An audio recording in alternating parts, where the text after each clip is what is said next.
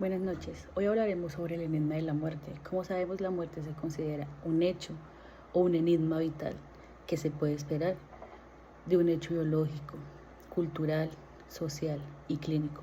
Un misterio, dado que se teme que después de esta se acabe todo. A continuación veremos aquellos pilares que nos ayudarán a entender un poco más sobre ella. Los dejaré con unos amiguitos.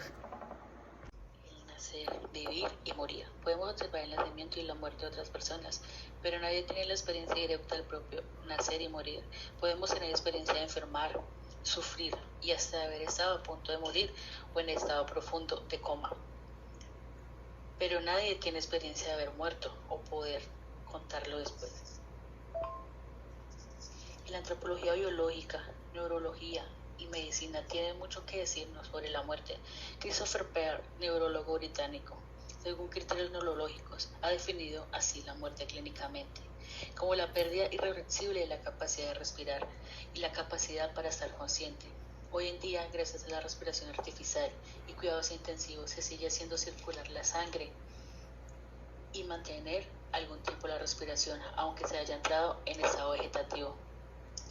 Ahora, prestando atención, siguiendo el hilo a la antropología sociocultural, en algunas culturas nos hablan de las costumbres, funerales, la comida y el duelo, los banquetes, fúnebres, los llantos, unido a elementos de fiestas mezclados con duelo. En culturas rurales, sobre los avisos, premoniciones o apariciones, vivimos caminando hacia el morir y a través del morir para sobrevivir.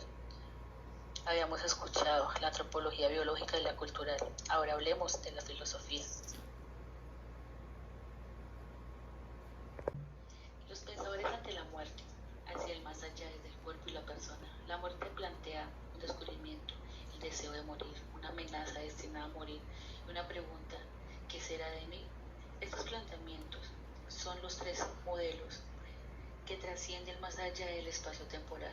Al filosofar desde el cuerpo, descubro que este cuerpo está viendo un final, que no sea la muerte. Culturales y preguntas éticas ante el morir, tiempo atrás. Se hacía tabú del sexo, ahora de la muerte. Estamos acostumbrados a tratar el tema tal y como nuestra cultura lo hace. La previsión de la muerte afecta nuestro modo de vivir. Como seres humanos sabemos que moriremos y prevenimos la misma. A veces la tememos, a veces la deseamos y otras intentamos ignorarla sin lograrlo. Sabemos que llegará, aunque no sabemos cuándo. La presencia de la muerte en el horizonte de la vida, al sentirnos temporales e históricos, sabiendo que hemos de morir alguna vez y que podemos morir a cada momento. Caminamos por la vida como seres en el tiempo que viven. Heidegger nos dice que la muerte es en su más amplio sentido un fenómeno de la vida. Quien ha visto muy bien esta temporalidad de la existencia humana, de la cara de la muerte.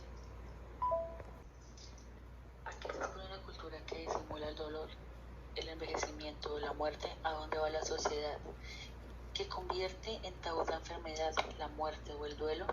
¿De qué sirven los avances en tecnología, de trasplante de órganos, la organización social y los cuidados cosméticos, si se rehúsa al mirar a cara a la muerte? La perspectiva oriental sobre la muerte nos invita a ir más allá, nos anima, y te das cuenta que ya está la muerte en vida y la vida está en la muerte. En el esquema de los 5 eclipses hablaremos sobre la vida arrastrada, la vida independizada, la vida relacionada, la vida expandida o unificada y una vida transformadora y eternizada. Veremos cómo el amor se presentaría en cada una de ellas. Se siente atraído por otra persona, no solo por un enamoramiento, sino también podría ser por el bebé protegido por su madre, sintiéndose con un nivel de protección infinito y sensorial. Un amor que busca al otro para huir de su soledad, concentrándose en sí mismo. En este se comprenden dos opciones. En la primera, en la que se puede ser posesivo, controlador, dominador, incluso destructor de la otra persona. Y en el otro, todo lo contrario, en el modo en que se puede dejar ser, comunicar y dejar comunicar. En este el amor se extiende de los amantes al mundo, en torno a vivir en alegría, comunicación, frente al mundo, en la comunidad, en un todo y con un todo. Último, el amor trasciende a otra persona. Se dice hasta que la muerte nos separe, queriendo decir hasta que la muerte nos una nuevamente y por completo. Ahora pasamos a hablar de la muerte igualmente en sus 5 eclipses. En la primera, el aspecto biológico de la muerte. Se vivirá la muerte como una amenaza, donde el miedo es el que predomina. Se vivirá intensamente la muerte de un ser querido, alguien que no muere, sino que se nos muere. Se comprenden las limitaciones corporales de la comunicación con el universo, la expansión hacia un todo y hacia todo. No se teme ni se desea la muerte, se vive en el presente, se remedia el pasado y se expone la salvación hacia el futuro. Cuenta la leyenda que un día aquellas celulitas vieron aterrizar algo así como una nave espacial que se adhirió a la pereuterina cerca de ellas.